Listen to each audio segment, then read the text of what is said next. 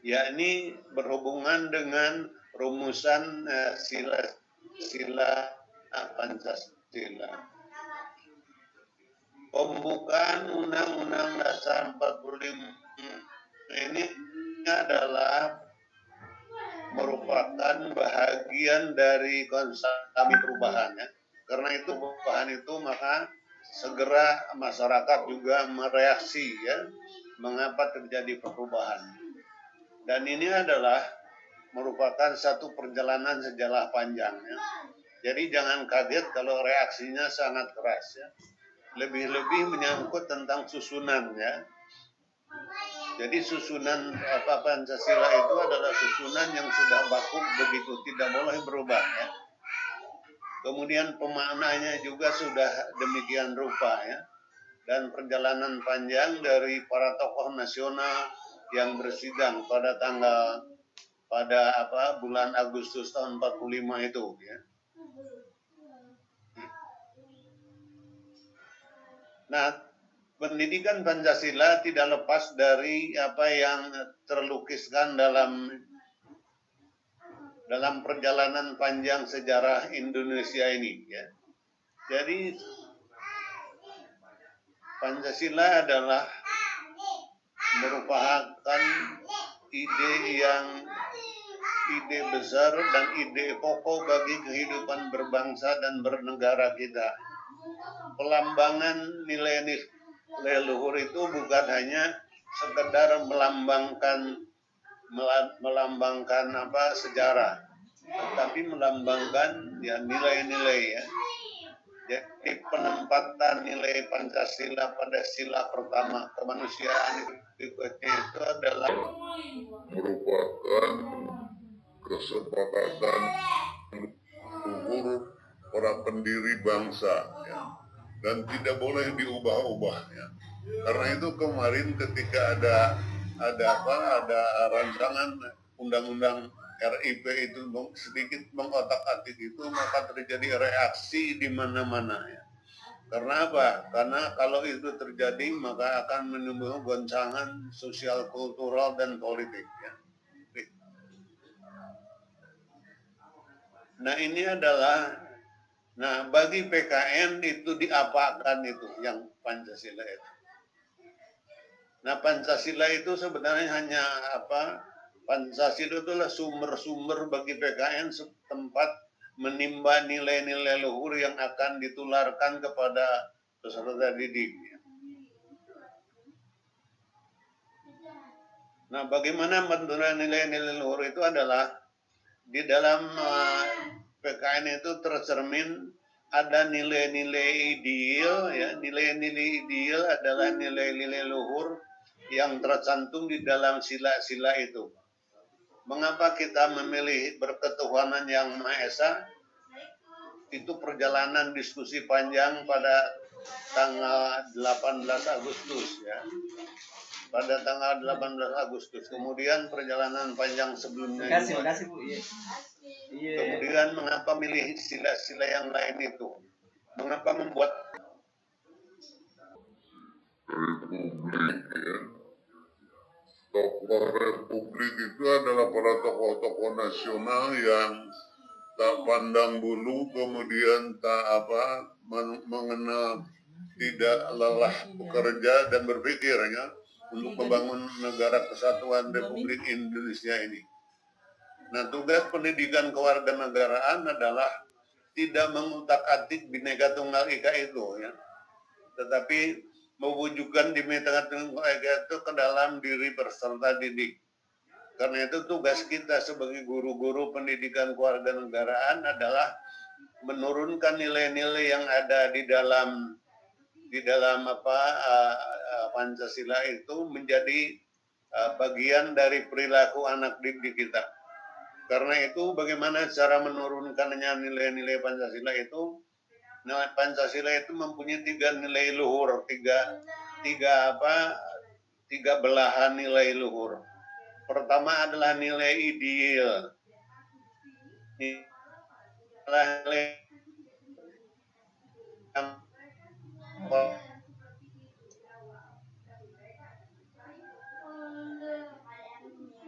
adalah demikian sebagai hasil perdebatan panjang ya. Yang kedua adalah nilai instrumental ya.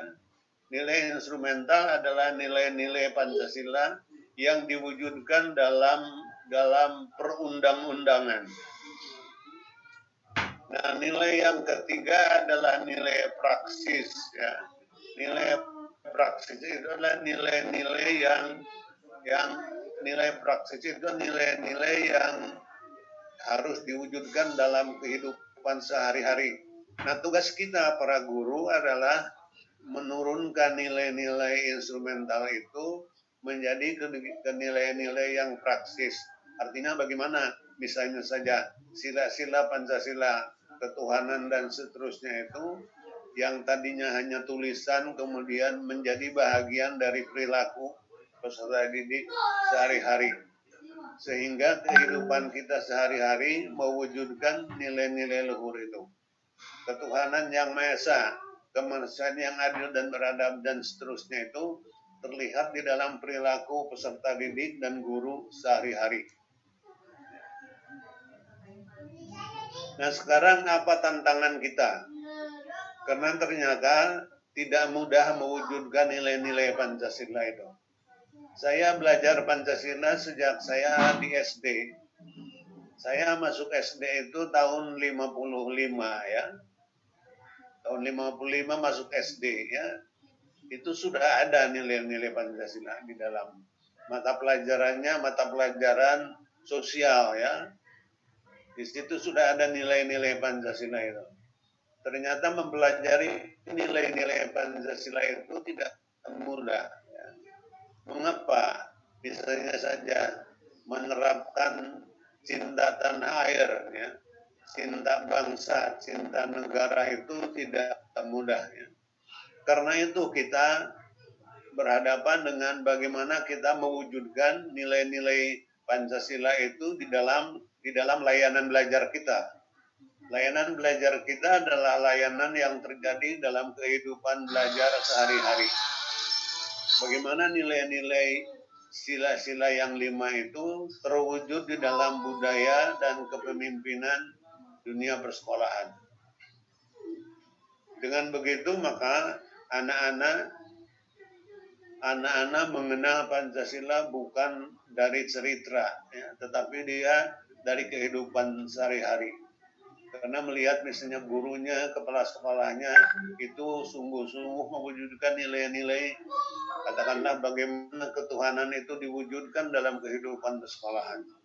Saya melihat di semua persekolahan selalu ada, di situ ada tempat sholat ya. Kemudian setiap minggu hari Senin itu ada upacara bendera ya. Kemudian dibacakan di situ ada proklamasi ya, kemudian yang lain-lain. Itu adalah cara itu di dalam kehidupan sehari-hari anak. Jadi teman-teman sekalian, sistem pendidikan nasional itu adalah tugas dan tanggung jawab kita untuk mewujudkannya. Kalau tidak nanti kita akan ditanya apa kerjaan kita sebagai guru yang bisa diwujudkan.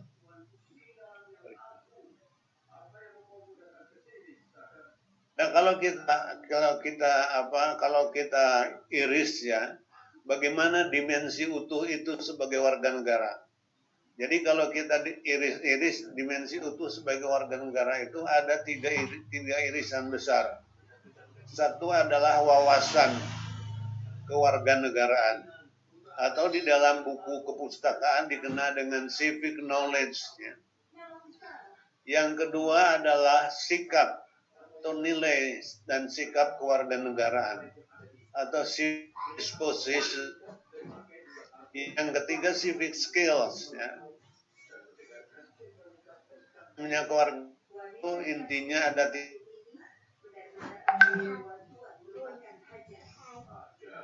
yang sikap kewarganegaraan, keterampilan kewarganegaraan. Ada perpaduan antara ada nilai dan sikap dan pengetahuan, ya, keyakinan kewarganegaraan, ya, ada perpaduan antara skill dengan pengetahuan, itu sering kita sebut kompetensi kewarganegaraan. Ada perpaduan antara sikap kewarganegaraan dengan keterampilan, itu yang kita sebut sikap komitmen kewarganegaraan. Nah, keseluruhannya itu kalau berpadu jadi satu, itu kita sering menyebutnya adalah itu sebagai keadaban kewarganegaraan. Karena itu pembelajaran kewarganegaraan harus melahirkan anak-anak, termasuk juga guru kita, yang memiliki keadaban kewarganegaraan. Yakni keadaban kewarganegaraan itu adalah kombinasi pengetahuan, sikap, keterampilan, dan semua.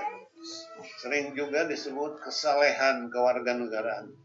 Jadi bukan hanya tahu dan perabil, tetapi juga berkewarganegaraan secara saleh, ya.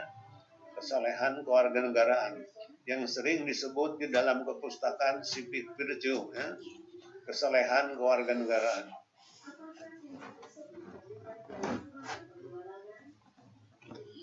Nah, bagaimana hubungannya dengan ini? Nah, ini yang kemarin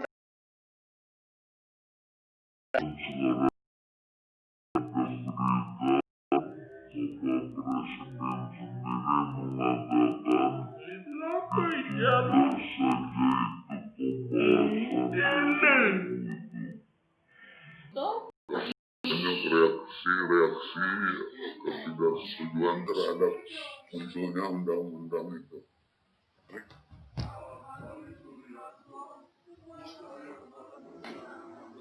Nah, kemudian teman-teman sekalian, marilah kita lihat apa yang dipesankan kepada kita, dan kita harus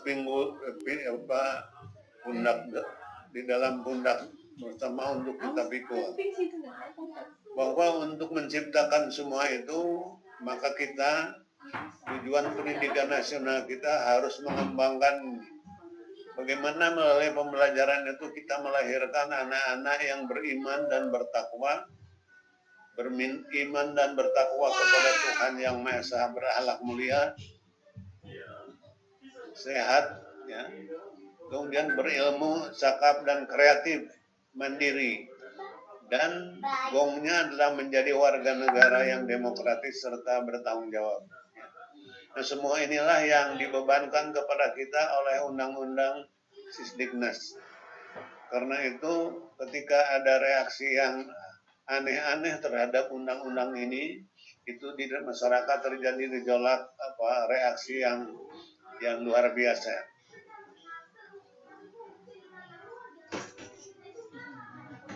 Nah, kemudian belum lama ini kan kita baru menyelesaikan Undang-Undang K13, ya. K13 itu tetap jalan, ya, walaupun sayup-sayup ya suaranya, ya. Nah, mengapa? Karena di dalam K13 itu dengan jelas bahwa ketiga, keempat nilai itu memang dikembangkan, ya. Itu ada nilai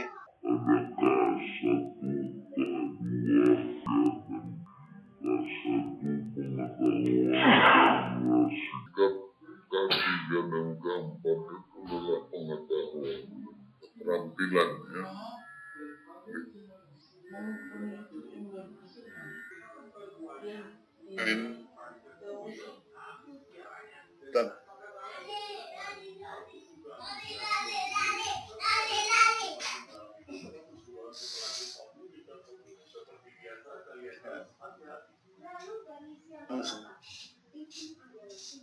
Gambarkan demikian, ya. Jadi ada tata nilai dan sikap, ada keterampilan, ada penguasaan pengetahuan.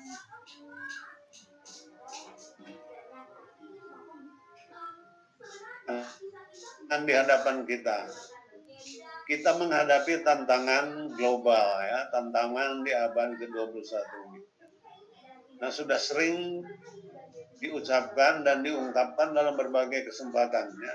Sebenarnya tantangan global itu adalah tantangan sebagaimana kita bahas di dalam diskusi-diskusi pendidikannya. Jadi yang namanya tantangan abad 21 itu adalah tantangan yang memang sedang kita jawab lewat tujuan-tujuan pendidikan nasional.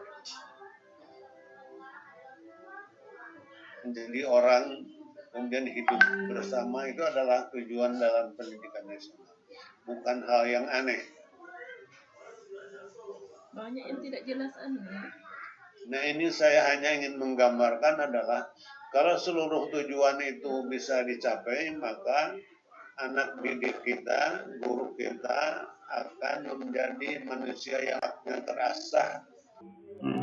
Yang moralnya juga menjadi halus dan perilakunya juga menjadi halus.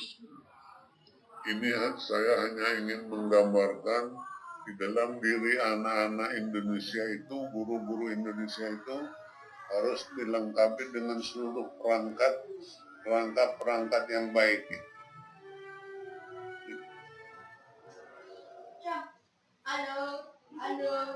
Nah tadi sudah dikemukakan tentang budaya kewarganegaraan. Nah, budaya kewarganegaraan itu adalah budaya yang dikembangkan dalam rangka membentuk peradaban bangsa. Ya.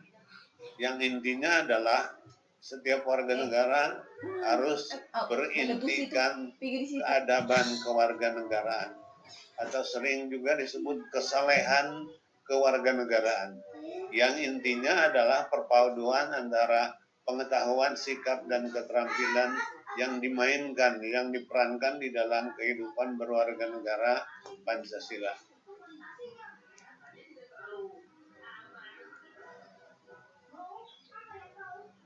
Nah ini pun adalah cara saya menggambarkan bagaimana seluruh dimensi itu terpadu di dalam diri kita. Nah tujuan kita adalah bagaimana kita sebagai para guru yang memadukan semua itu, yang tentu saja harus dimulai dengan diri kita sendiri.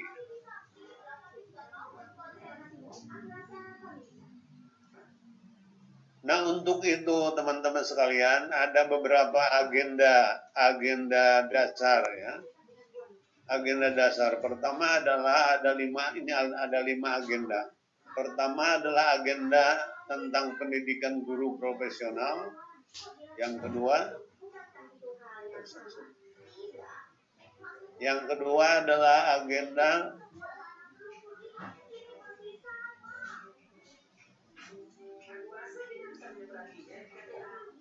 yang pertama adalah mengembangkan proses pembelajaran standar masukan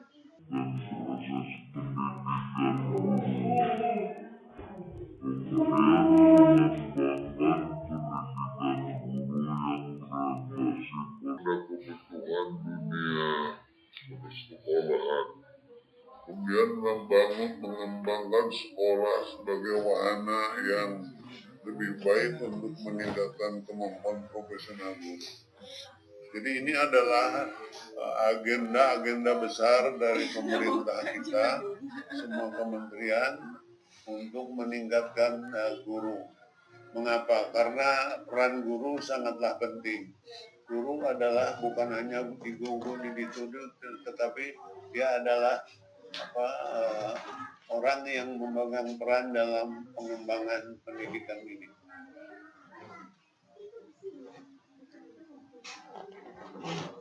Nah, saya kira ini Bapak dan Ibu, teman-teman sekalian, hal-hal penting yang perlu saya sampaikan dalam kesempatan ini sebagai bahan diskusi ya. Tidak ada rumus atau formula yang baku ya.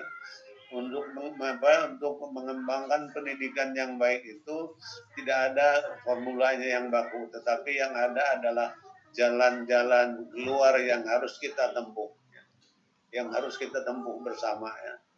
Dan yang penting adalah komitmen bersama untuk menempuh jalan itu.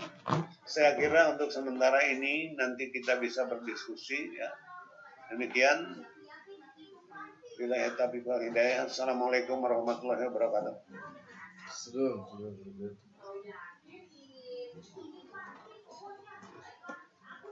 Waalaikumsalam warahmatullahi wabarakatuh. Ya. Terima kasih Bapak Prof. Udin yang telah memaparkan materi kita pada hari ini yang berjudul Merdeka Belajar dalam PPKN. Sungguh luar biasa sekali memberi pencerahan kepada guru PPKN, baik guru PPKN madrasah maupun sekolah yang sudah hadir dalam webinar ini, baik dalam Zoom atau yang langsung menyaksikan live di channel YouTube GTK Madrasah. Baiklah Bapak Ibu peserta webinar, untuk sesi tanya jawab, mohon nanti kepada peserta mengirimkan pertanyaan-pertanyaan di kolom chat. Setelah Prof.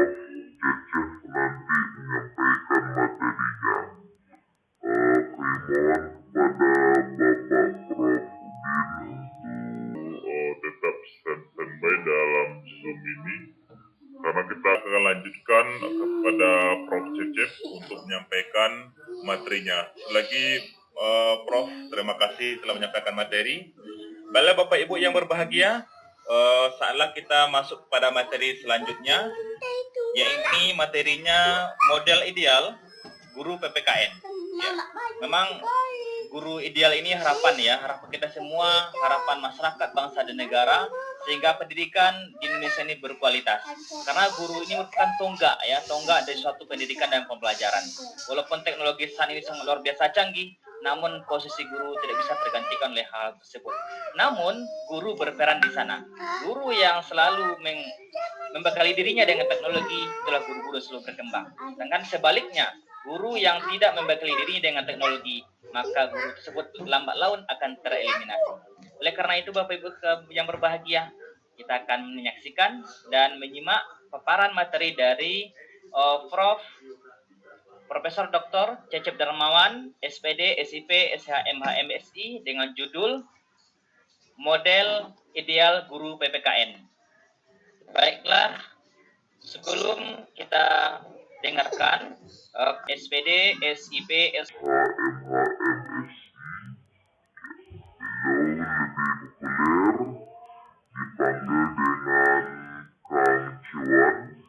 lahir pada tanggal 29 September 1969 di Subang. Beliau merupakan dosen sekaligus guru besar ilmu politik di Universitas Pendidikan Indonesia.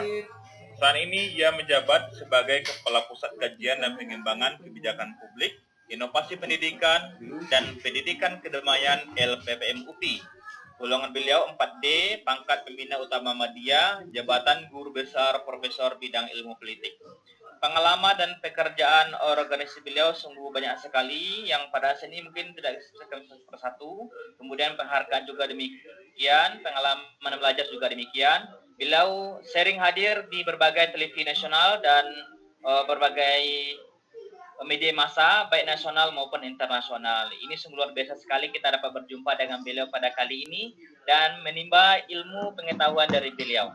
Baiklah Bapak Ibu yang berbahagia peserta webinar yang tercinta, mari kita simak dan kita dengarkan paparan materi dari Profesor Dr. Cecep Darmawan, SPD, SIP, SHMH, MSI dengan judul Model Ideal Guru PPKN. Kepada Bapak Prof, kami silakan. Ya, Assalamualaikum warahmatullahi wabarakatuh. Waalaikumsalam. Alhamdulillahirrahmanirrahim. Allahumma sholli ala sayyidina Muhammad wa ala alihi wa Bapak Ibu.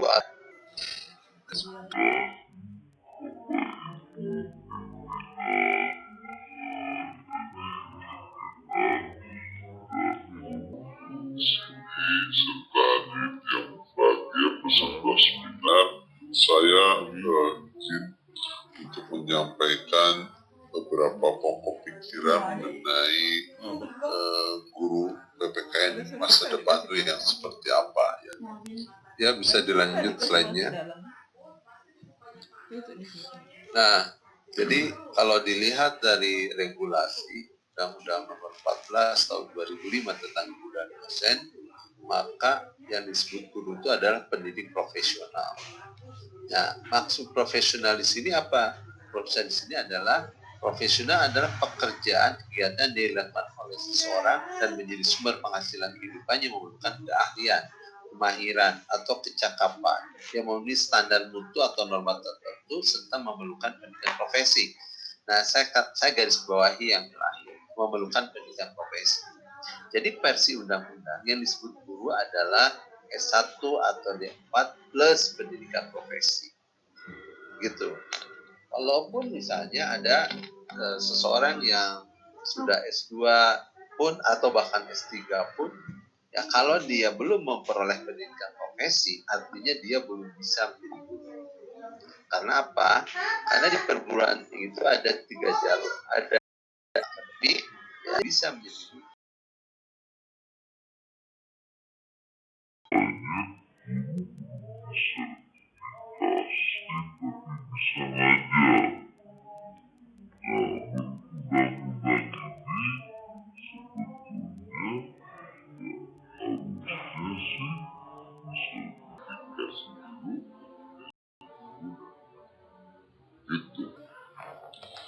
Oke, lanjut.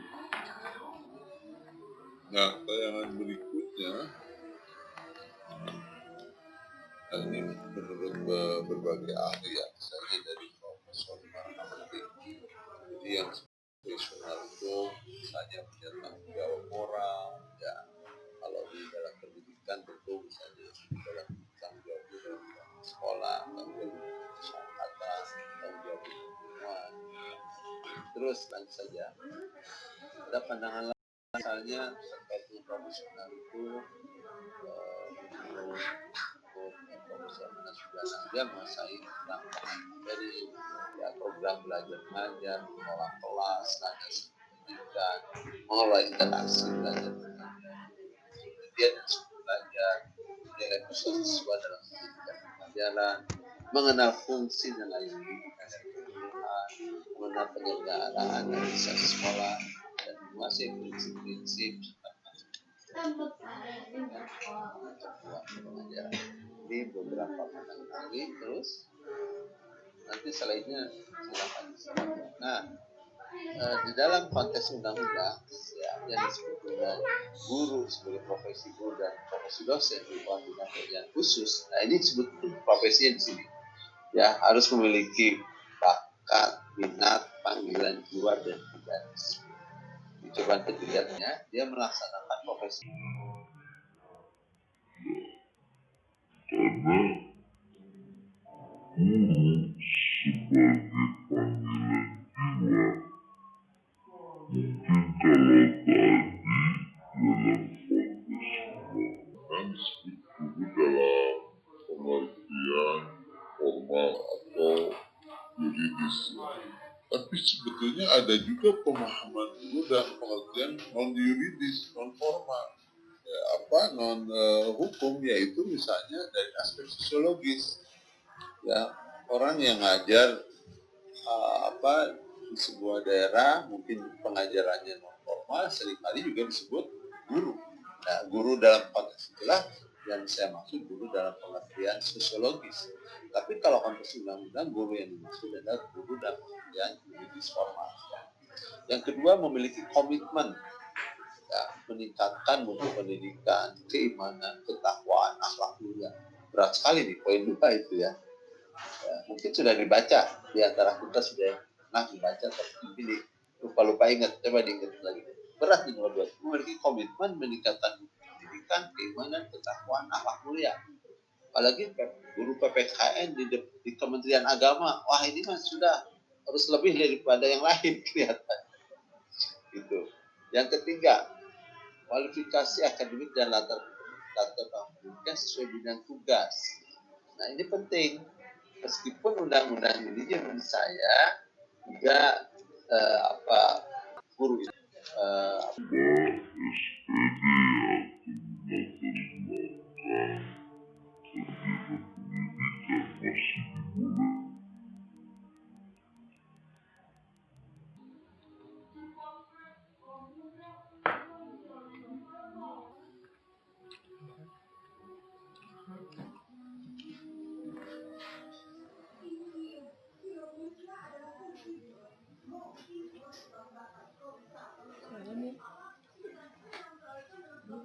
penghasilan yang ditentukan dengan prestasi kerja. Nah mungkin yang paling diingat profesional itu bagian F ya, soal penghasilan yang dibutuhkan sesuai dengan prestasi kerja. Jadi harusnya orang yang berprestasinya baik, penghasilannya bisa. Yang prestasinya asal-asalan, tapi penghasilannya juga harusnya asal-asalan. Nah, walaupun kenyataan kalau PNS umumnya ya sama rata gitu. Nah, harusnya tidak ya, kalau menurut undang-undang ini harus dibedakan karena prestasi kerja. Kemudian memiliki kesempatan untuk mengembangkan profesional secara berkelanjutan dengan belajar sebanyak hal. Jadi guru itu jangan puas S1, harusnya S2 bahkan S3. Memiliki jaminan perlindungan hukum. Nah, sekarang ramai kan soal perlindungan hukum tuh dalam masa tugas profesionalan. Apa misalnya banyak guru yang diperkarakan. Nah, ini bagaimana jaminan perlindungan?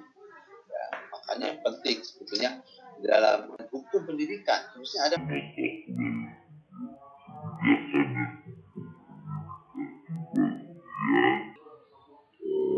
mata kuliah wajib bagi mahasiswa PTK. Kalau saya mengusulkan, kemudian memiliki organisasi profesi yang keren.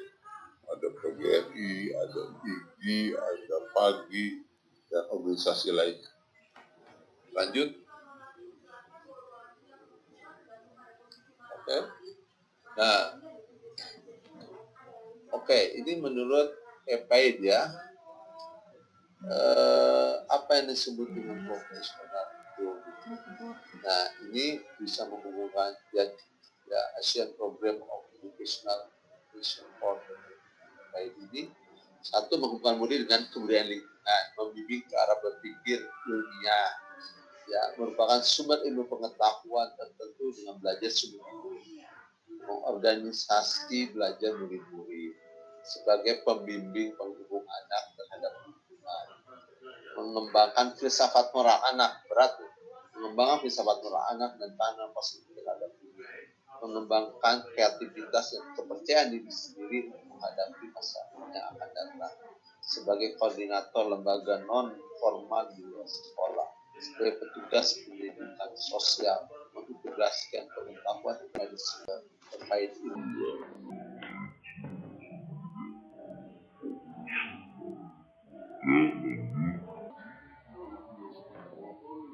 Nah, saya nanti ke PKN-nya. Nah, ini nih, ya, ini mah pendapat saya aja. Ya, silakan diikuti juga. Jadi guru PKN yang ideal atau PPKN yang ideal, yang pertama tentu yang beriman bertakwa kepada Tuhan yang Maha Esa. Ya, gitu. Yang ateis nggak boleh jadi guru PPKN. Yang komunis nggak boleh jadi guru PPKN.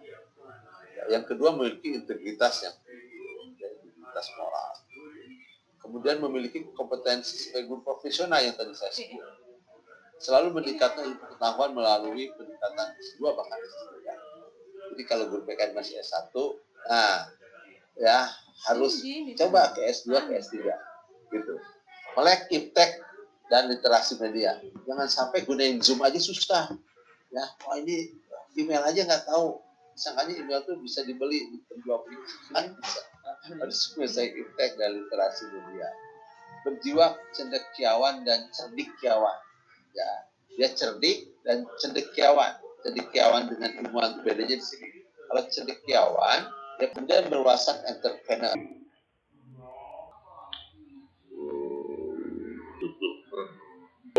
Jualan.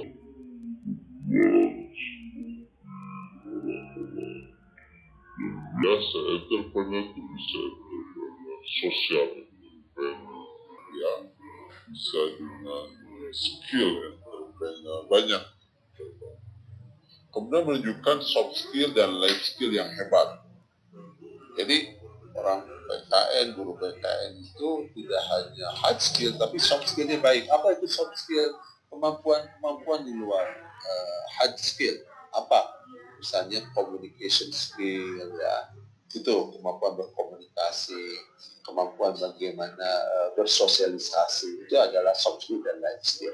Gemar menulis karya ilmiah.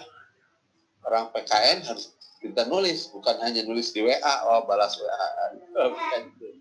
Nulis ilmiah, dari mulai makalah, jurnal, ya, dan seterusnya. Penguasaan bahasa asing. Bahasa asingnya ya kalau misalnya bahasa internasional bisa bahasa Inggris, ya, bahasa Arab, bahasa apalagi itu Cina, ya itu juga membuat bahasa asing. Silakan bahasa-bahasa internasional. Kemudian memadukan IQ, EQ dan SQ. Ya, tidak hanya IQ tapi juga emosional sama spiritual vocation. Berjiwa bela negara.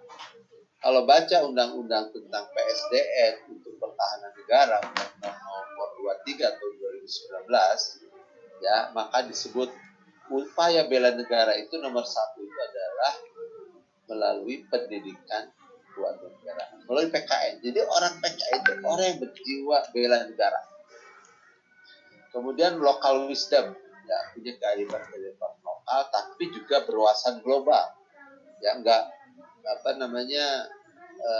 harus tetap update gitu ya, berwawasan global dan mengetahui banyak hal dunia internasional. Seimbang pola pikir, pola zikir, pola olah pikir, olah zikir, olah jiwa, olahraga, olah hati, gitu ya. Olah pikir saja nggak cukup, olah zikir juga harus dipadukan, olah jiwa dipadukan, olahraga, olah hati. Setidaknya setiap hari kita mengolah ya 1, 2, 3, 4, 5 olahan ini supaya seimbang. Memiliki mental berprestasi dan organisasi, selalu punya keinginan untuk berprestasi dan memiliki kecerdasan digital. Kecerdasan digital, masa depan itu masa depan digital, semua lewat digital, ya digital seperti sekarang. Dan Zoom ini lewat kecerdasan digital. Kalau nggak bisa masuk Zoom kan pasti susah. Dan biasanya generasi milenial lebih canggih daripada generasi kita. Atau mungkin ada guru yang masih milenial. Oke, lanjut. Nah, karakter nilai Pancasila. Tentu guru PK itu ya harus memiliki karakter utama ini, yaitu nilai ketuhanan yang Maha Esa, nilai kemanusiaan yang adil beradab, nilai persatuan Indonesia, nilai kerakyatan yang hikmat, kebiasaan dalam perusahaan perwakilan, dan nilai keadilan sosial bagi semua Indonesia. Oke, lanjut. Nah, ada ini hasil riset yang dilakukan oleh Alam 2014 tentang guru yang profesional memiliki kecerdasan intelektual, emosional, dan spiritual. Jadi kata hasil riset satu Alam ini, guru masa depan adalah guru yang memiliki kemampuan intelektual, kemampuan emosional, dan kemampuan spiritual. Jadi hampir sama dari tadi ungkapkan ya. Kemudian memiliki keterampilan yang dapat menciptakan hasil. Terus ada slide yang kita tunggu sama sebelumnya, ya. Nah ini slide yang kita tunggu. Sekian dan terima kasih. Assalamualaikum warahmatullahi wabarakatuh. Silakan.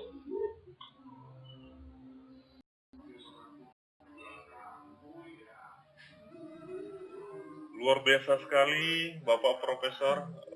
Ini materinya sangat bermanfaat sekali bagi kami guru-guru PKN baik di madrasah maupun di sekolah. Sesuatu ibaratkan AOC atau air di tengah padang pasir. Kami butuh pengetahuan-pengetahuan tentang peningkatan kompetensi guru PPKN, apalagi di masa pandemi seperti ini. Ini merupakan sesuatu yang sangat luar biasa bagi kami sebagai guru PKN di madrasah maupun di sekolah. Terima kasih lagi Prof. Mudah-mudahan pada sesi ini kita semua dalam keadaan sehat walafiat. Amin ya rabbal alamin. Baiklah Bapak Ibu peserta webinar yang berbahagia, setelah kami cek chat di Zoom kita ada beberapa penanya. Izin Prof. Prof. Cecep dan Prof. Udin, penanya kita bertanya tentang materi-materi yang telah Prof. sampaikan tadi. Yang pertama kita sebutkan, ya sebentar.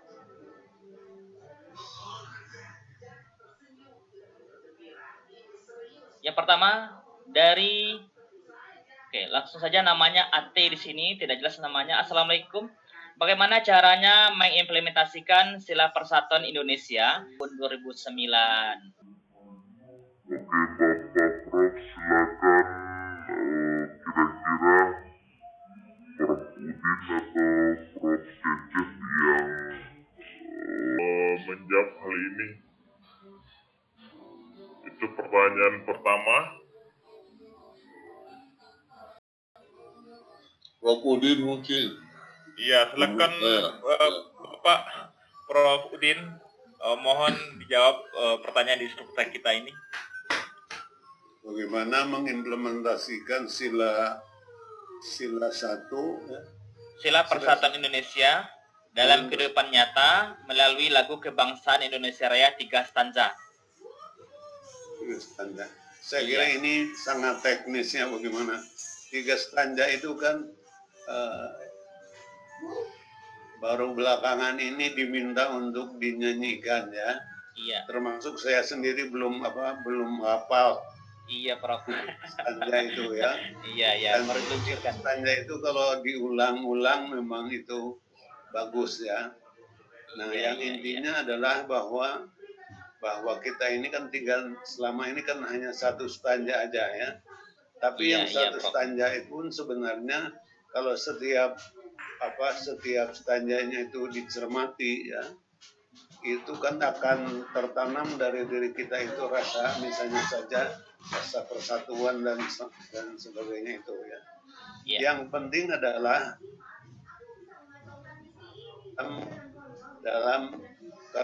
tetapi itu memberi semangat,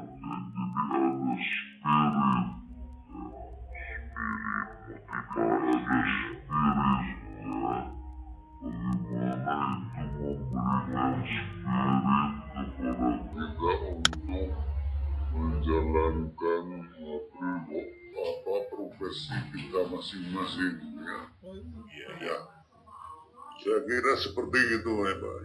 Iya, jadi ada semacam spirit atau motivasi bagi guru dan peserta didik ya Prof dalam melaksanakan implementasikan nilai-nilai Pancasila dalam kehidupan sehari-hari. Mungkin itu ya. Baik. Ya, terima kasih Prof. Kita lanjut pertanyaan yang kedua. Ini dari Ibu Nursia dari MAN 1 Bolang Mongondo. Ya. Salam Prof. Saya ingin bertanya, terkadang dalam pembelajaran PKN kita dibatasi oleh materi yang ada di kurikulum pendidikan yang dimana harus diselesaikan. Sementara di sisi lain perkembangan wacana khususnya tentang kewarganegaraan berkembang begitu pesat. Pertanyaan saya, bagaimana cara memasukkan wacana kontemporer kemasyarakatan yang ada sementara terkadang kita dibatasi oleh kurikulum atau materi pembahasan yang berbeda dengan perkembangan wacana yang berkembang di masyarakat. Oke, Bapak Prof.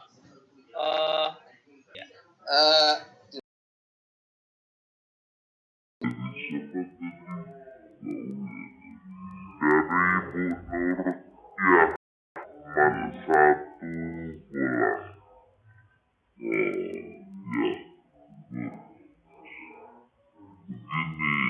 Kita harus memahami apa yang dimaksud dengan kurikulum ya. Kurikulum itu bukan hanya sekedar dokumen formal yang kita pakai saja. Kalau itu kurikulum betul, tapi bukan itu namanya formal kurikulum. Ada yang disebut juga dengan extended kurikulum yang luas.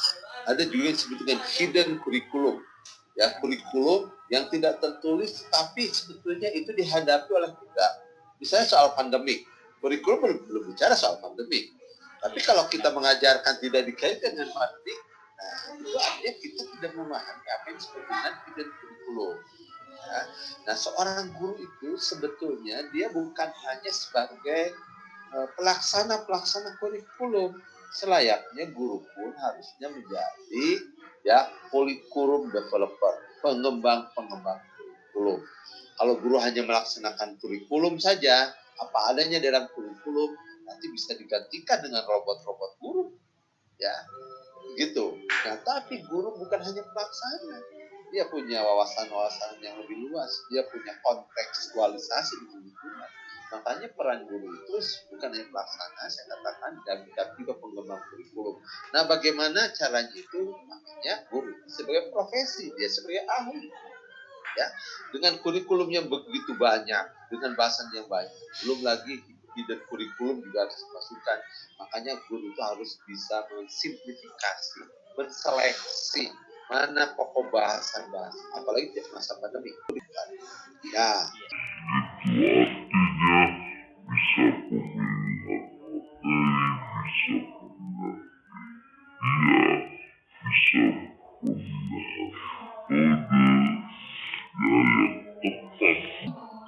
diramu sehingga materi itu bisa diajarkan, ya bukan hanya materi formal tapi juga kurang lebihnya itulah ya. Untuk selebihnya silakan Prof Udin. Jadi jawaban yang sesungguhnya Prof Udin, kalau saya menambah. Iya. Ya, terima Saya kasih kira Prof ini Cecep. Iya. betul sekali Prof Cecep. Jadi sebenarnya guru PKN itu harus menjadi living kurikulumnya gitu. Jadi kalau guru PKN mengajarkan tentang berbeda pendapat itu baik, lantas misalnya saja ketika ada siswa berpendapat lain, kemudian Pak gurunya marah-marah, ya itu nggak cocok. Jadi justru kelas PKN itu harus menjadi contoh dari kelas yang baik, ya. Kemudian guru PKN pun menjadi contoh dari guru yang lain, gitu ya. Bagaimana misalnya saja, nah ini tantangan bagi kita ini Pak Cecep, ya. Jadi apakah kita juga sudah bagus menyanyikan lagu Indonesia Raya dengan 3 stanza ini, kan Indonesia Raya dengan 3 stanza ini kurang, ya kita harus melatih diri bisa menyanyikan lagu Indonesia Raya dengan 3 stanza itu. Nah, ini tantangan teman-teman sekalian. Marilah kita menjadi guru-guru PKN yang contoh, yang teladan itu. Agar seperti kita melihat para ustadz dan kiai, ya, dari tingkah polanya, perilakunya kan sudah kelihatan ini pasti ini ustadzahnya. Nah, guru PKN itu mungkin hampir bisa dibedakan. Apakah ini guru PKN atau guru yang biasa? Nah, cuman bagaimana kita membangun karakteristik guru PKN itu? Ya mungkin yang paling gampang adalah bagaimana kita terbuka dalam berbicara, ya.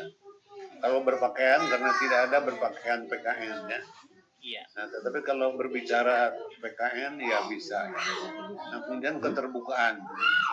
Kalau guru PKN ditanya marah-marah, ya bukan guru PKN. Ya.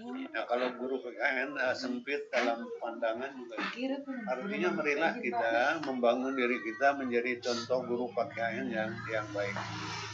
Terima kasih atas pertanyaannya. Iya, terima kasih Prof. Iya, jadi saya ambil kesimpulan dari penjelasan Prof Cecep dan Prof Udin tadi. Pertama, ada sinkronisasi ya antara kurikulum formal dengan hidden kurikulum.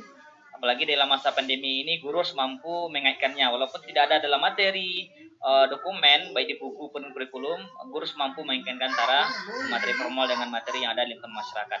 Kemudian guru PKN itulah contoh teladan seperti yang Prof disampaikan tadi, contoh teladan bagi siswanya, bagi masyarakat, pokoknya bagi semuanya, bagi guru-guru yang lain. Jangan sampai guru PKN-nya sering marah-marah ya. Seperti itu kira-kira ya Prof. Ya baik, Prof ini ada izin lagi, ini ada yang bertanya dari perkenalkan, nama saya Muhammad Helmi D SPD dari Mansi dan Reng Rapang. Ya, mohon izin bertanya Kak. Ya, apa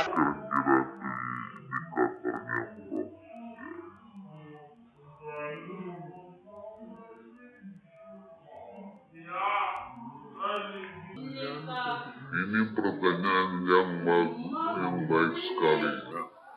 Nah, merdeka ini kan merdeka belajar ya. Nah, kalau guru yang merdeka belajar adalah guru yang selalu mencari tahu, mencari sumber yang bebas ya. Kemudian kalau di dalam hal yang lain tentu kemerdekaan itu ada batasnya ya. merdeka berbicara juga berbicara harus di tempat yang umum, gitu ya. Nah, yang kita bangun di sini adalah merdeka belajar, ya. Nah, merdeka belajar adalah tentu gurunya lebih banyak tahu juga, lebih sering bergaul dengan dunia teknologi, gitu ya. Kemudian, tetapi gurunya juga tidak menutup diri, ya. Karena dunia pendidikan kewarganegaraan itu dunia yang tidak bisa pakai rumus, ya. Jadi tidak mungkin orang membuat rumusan itu sekaligus jadi semuanya. Intinya adalah bagaimana kita membuat diri kita menjadi terbuka pada masukan-masukan dari luar. Tidak ada satu formula yang baku. Ada peribahasa dalam bahasa Inggris yang saya ingat terus, there is no panacea in education. Tidak ada obat mujarab di dalam pendidikan. There is no panacea in education. Jadi pendidikan itu tidak bisa dibuat obat mujarabnya, cespleng gitu, nggak bisa. Baik, ada tambahan dari Prof. Cecep terkait indikator guru PPKN yang merdeka dalam belajar, apa indikatornya? Sebenarnya konsep guru merdeka itu bukan konsep baru, ya. Sejak penyelenggaraan pendidikan itu tidak ada, guru sudah merdeka, ya. Siapa yang memerdekakan? Oleh dirinya sendiri. Iya. Gitu. Apa yang tadi dinyatakan oleh Prof. Udin, saya kira sepakat. Salah satu ciri guru merdeka itu artinya dia harus memahami bagaimana dia sebagai guru profesional mengajar, mendidik, dan seterusnya itu dengan basis-basis ilmu. Kalau kita punya ilmu, ya, mau mengatakan sesuatu, mau berbuat sesuatu juga ada dasarnya. Dia guru merdeka. Jadi bukan guru merdeka itu seperti konsep baru gitu. Dulu memang sebelum ini guru dianggap terkekang, bukan. Guru merdeka itu sejak kita jadi guru, kita harus menjadi guru yang merdeka. Ya, itu merdeka dalam pengertian yang dia menjadi guru profesional.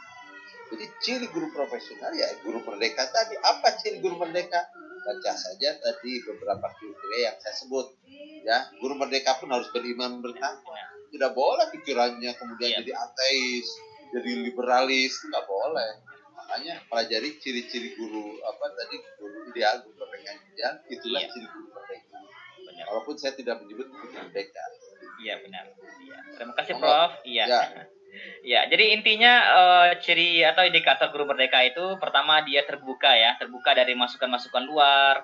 Kemudian merdeka itu sebenarnya guru mereka sendiri, artinya mereka mengajar dengan ilmu yang cukup profesional dan disampaikan oleh Prof. Cecep tadi disampaikan guru PPKN yang ideal itu pertama beriman, bertakwa, kemudian dan selanjutnya bagaimana sekali. Itu jawaban dari penanya dari Bapak siapa tadi ya? Iya. Baik, kita lanjut. Ada satu penanya lagi, Prof, izin. Sehubungan dengan pembelajaran daring, ya. Ini dari Bapak Dr. Andus Wardaya MPD. Pertanyaan beliau, sehubungan dengan pembelajaran daring terjadi kesulitan pengamatan karakter pada peserta didik. Adakah strategi penilaian yang cukup valid untuk penilaian karakter dalam PPKN ketika pembelajaran daring ini? Mohon penjelasannya, Prof. Itu pertanyaan dari Bapak Dr. Andus Wardaya. Ada memang betul ya terkait sikap. Tetapi sikap itu kan ada yang namanya sikap yang terbuka, ada sikap yang tertutup, ya. Jadi ada yang covert attitude dan overt attitude, ya.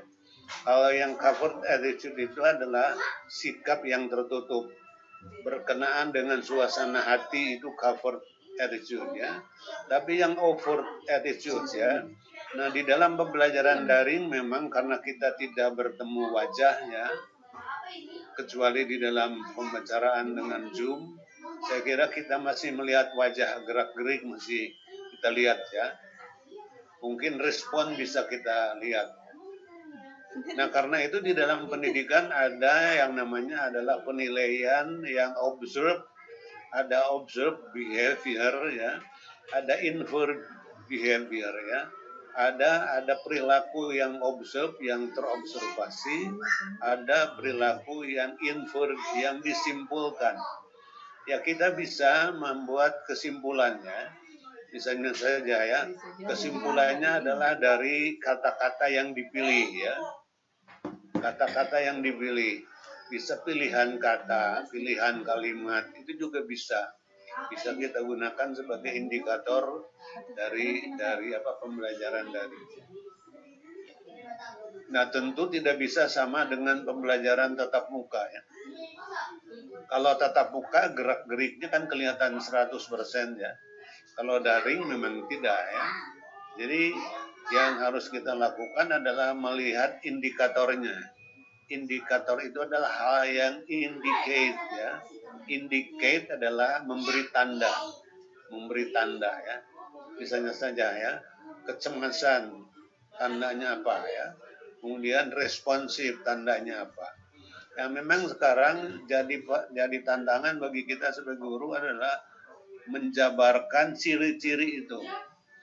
Menjabarkan ciri-ciri ya. Karena kita tidak tahu apakah anak itu saling memberitahu di rumahnya ya, ataukah dia belajar sendiri, kan tidak ketahuan ya. Memang ini tantangan bagi kita semuanya ya, untuk merinci indikator-indikator penilaian dalam pembelajaran daring. Pasti bisa lah, kita bisa ya, lambat atau cepat kita pasti bisa ya. Guru itu kan pinter ya, asal belajar terus pinter, bisa ya, asal mau terus belajar ya. Oke. Iya, terima kasih Prof. Prof Cecep ada bahannya? Tadi itu pertanyaannya nggak begitu jelas ke saya. Oh iya, baik, kita lapangan lagi. Dalam pembelajaran daring, sebagian guru kesulitan dalam menentukan penilaian karakter peserta didik. Kira-kira bagaimana cara guru dalam melakukan penilaian karakter peserta didik ini dalam suasana pembelajaran daring seperti ini, Prof? Ya, memang tadi Prof ini sebenarnya sudah banyak ada ahli namanya Piaget dan Foucault ya, tentang teori perkembangan moral. Jadi apakah moral itu bisa diukur atau tidak? Gitu. Apakah afektif itu bisa diukur atau tidak? Ya. Nah, itu perdebatan tuh para ahli. Kalau ingin panjang kuliah dulu S2 S3 lah mungkin banyak penjelasan. Nanti ketemu Prof Udin, insya Allah ketemu saya. Iya. Tapi intinya begini ya, intinya bahwa memang pembelajaran daring ini ada keunggulan tapi juga banyak kelemahan. Salah satunya kan tidak tahu, kita juga yang ikut di sini apakah sedang sama memperhatikan, apakah sedang ngopi juga, ya, apakah sambil macam-macam, kita nggak tahu. Ya, itulah yang disebut dengan pembelajaran daring.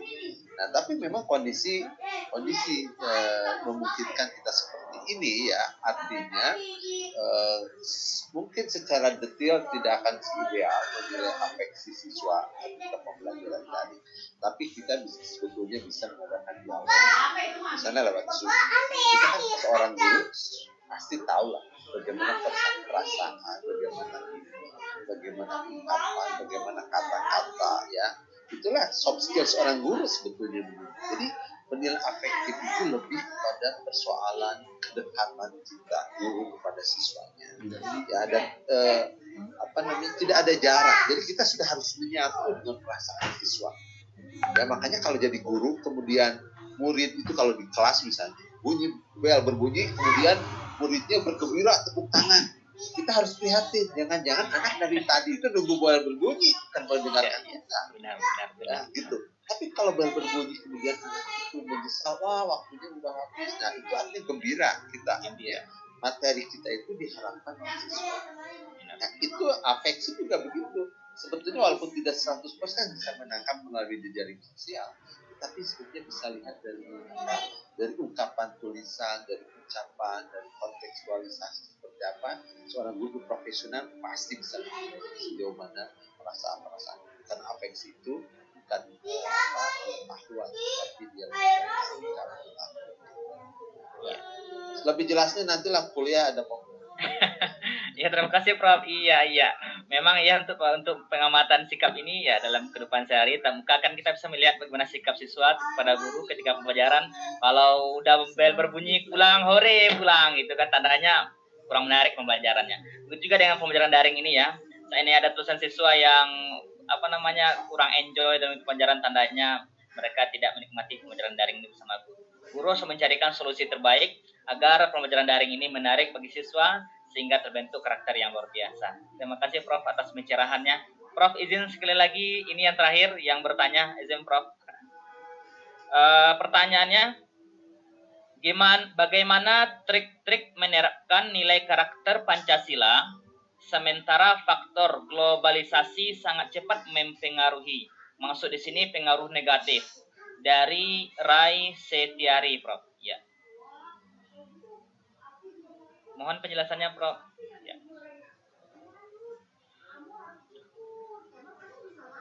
Prof Udin ahli globalisasi. Pertama kan kita ini kan tidak boleh takut dengan globalisasi ya. Karena apa? Karena kita memang hidup di dalam alam global ya. Jadi jangan takut globalisasi karena setiap hari kita berhubungan dengan dunia global ya. Yang penting adalah setiap orang itu harus belajar beradaptasi dengan dunia global. Berubah ya. Tapi juga sukar dikendalikan karena tidak ada di tangan kita ya.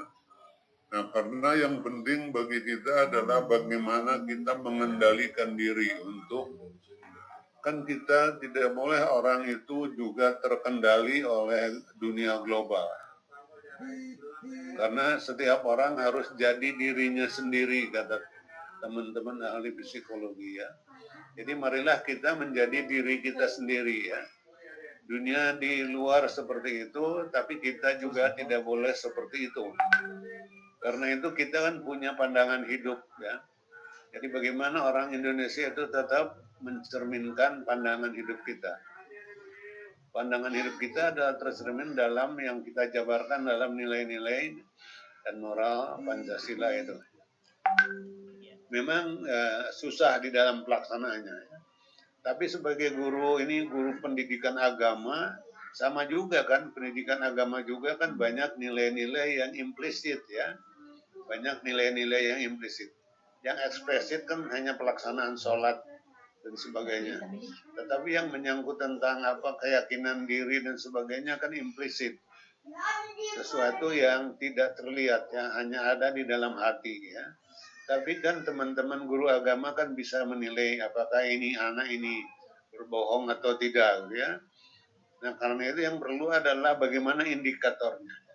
Jadi kita mengembangkan indikator-indikator itu. Indikator moral itu, indikator agamis itu bagaimana ya. Nah, saya kira ini ya. Memang pasti tantangannya banyak ya. Nah, sekarang ini mungkin lebih banyak ya. Karena kita ingin menerapkan pendidikan distance learning jarak jauh itu ya. Jarak jauh itu adalah jaraknya aja sudah jauh gitu ya. Yang pendidikan dekat aja ya susah ya. Bagaimana yang jauh ya. Nah, kami ada di universitas terbuka ya. Lebih sulit juga untuk mencari saran. Ya, teknik-teknik untuk melihat perkembangan para mahasiswa. Saya kira itu. Marilah kita berdamai dengan kesulitannya ya. Iya Prof. Terima kasih Prof. Dari Prof. Cecep ada yang mau ditambahkan?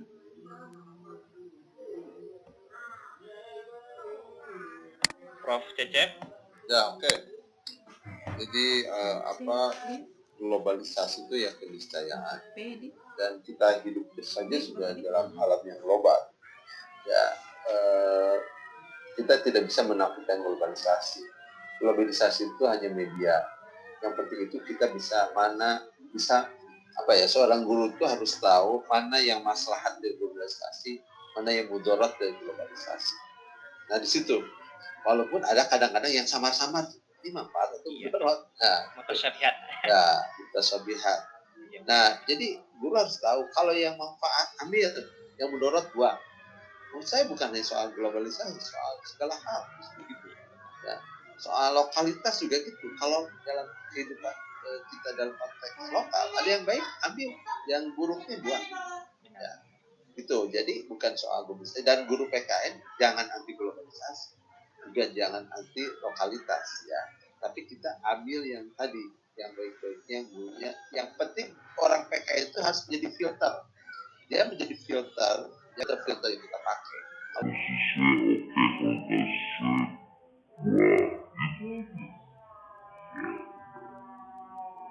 Terima kasih. Ya, terima kasih Prof. Iya, luar biasa sekali jawabannya. Jadi globalisasi itu merupakan suatu keniscayaan belajar beradaptasi dengan dunia global ya. Jadi guru harus mampu mengendalikan diri, kemudian tetap berpegang teguh kepada pandangan hidup yaitu Pancasila. Kemudian guru harus tahu globalisasi itu tentu ada yang maslahat, yang baik, kemudian yang mudarat, yang buruk. Tentu guru sebagai teladan contoh harus mampu memfilter dari pengaruh-pengaruh mudarat dan mengambil yang maslahat, yang baik untuk anak didiknya. Baiklah Prof, tidak terasa waktu kita sudah sampai ke sesi yang terakhir. Kami atas nama moderator dan segenap panitia mengucapkan ribuan terima kasih dan ucapan terima kasih yang setinggi-tinggi dan sedalam-dalamnya kepada Profesor Bukti Safidin Gunaputra MA, pada Profesor Cecep Darmawan yang telah berkenan untuk memberikan materi, berbagi pengetahuan dan pengalaman kepada guru-guru kita PKN, madrasah sekolah dari Aceh sampai ke Papua, dari Sabang sampai Merauke. Terima kasih lagi Prof. Semoga kegiatan kita pada kali ini, pada hari ini menjadi amal ibadah bagi kita semua. Amin ya rabbal alamin. Saya sebagai moderator pada acara webinar ini, kalau ada salah dan janggal, saya mohon maaf. Wabillahi taufiq hidayah. Wassalamualaikum warahmatullahi wabarakatuh.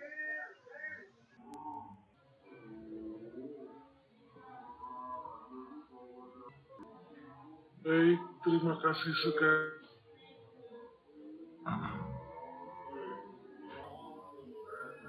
Tentang penjelasan ini.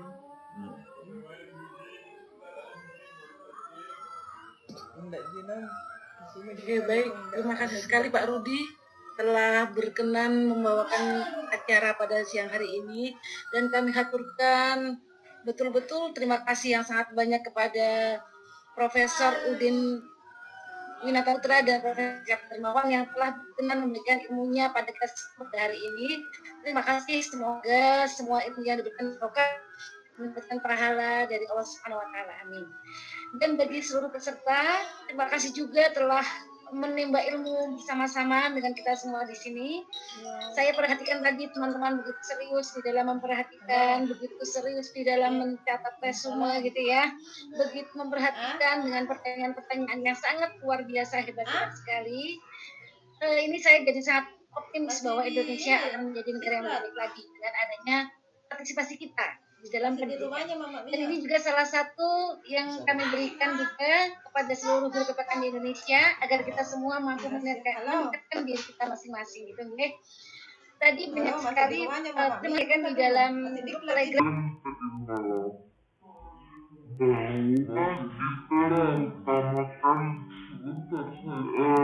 Guru itu harus mengutamakan perguruan kerja keras dan lain sebagainya. Jadi kami sangat percaya pada Bapak Ibu, sehingga untuk presensi silahkan disimpan dulu screenshot, kemudian resume gitu ya, setiap pemateri satu, karena nanti akan ditanyakan. Jadi silakan Bapak Ibu juga sambil menimba ilmu ya membuat resume itu ya, sehingga Bapak Ibu semua dengan membuat resume akan menjadi lebih tambah lagi ilmunya. Itu. Kemudian kapan akan diberikan linknya? Link akan diberikan besok pada hari terakhir, Bapak Ibu. Kemudian ditambah dengan tugas-tugas pada hari terakhir, yaitu nanti akan ada tugas berupa RPP dan tugas berupa soal-soal notes. Begitu nih Bapak Ibu. Baik, mungkin karena kegiatan kita sudah kita akhiri, sudah selesai, maka selanjutnya kita akan lebih familiar lagi dengan lagu-lagu dari GTK Madrasah, yaitu lagu Mars Guru Madrasah dan dan Himne Guru Madrasah. Silakan untuk Pak.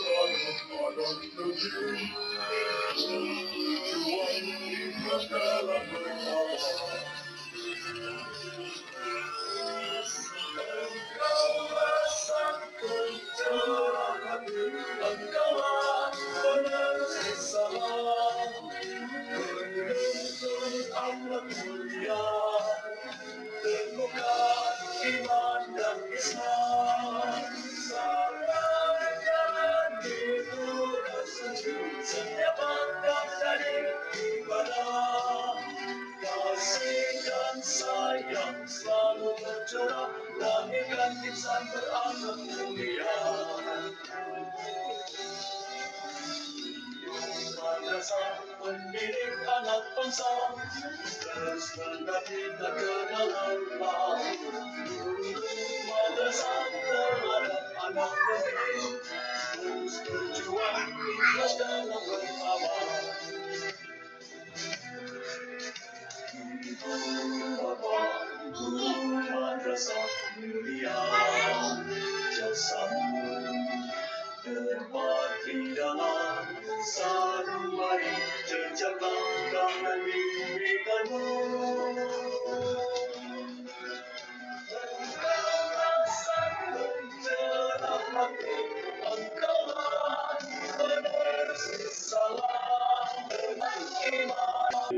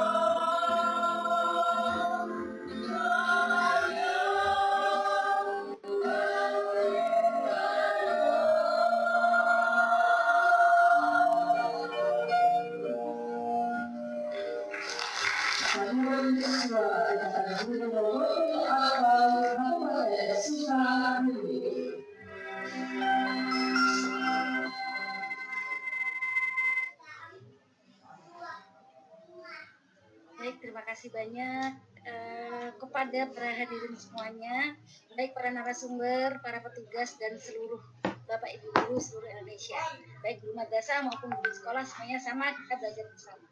Mungkin seperti itu, kita tunggu lagi kehadirannya besok dalam ilmu yang berbeda dengan narasumber yang berbeda. Mungkin saya akhiri pertemuan pada hari ini. Terima kasih banyak Prof. Udin, terima kasih banyak Prof. Cecep, terima kasih banyak Pak Alfi Rudiwan dan semuanya. Kita akhiri. Wassalamualaikum warahmatullahi wabarakatuh.